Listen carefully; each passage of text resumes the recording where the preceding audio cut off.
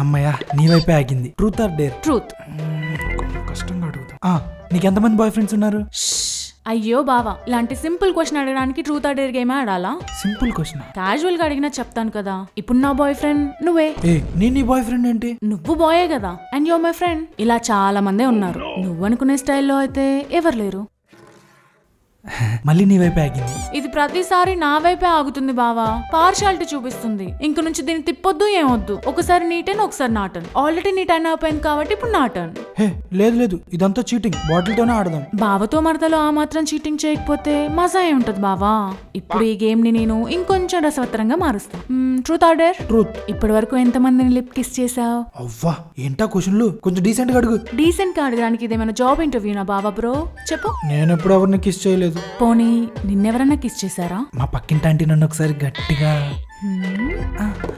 వద్దు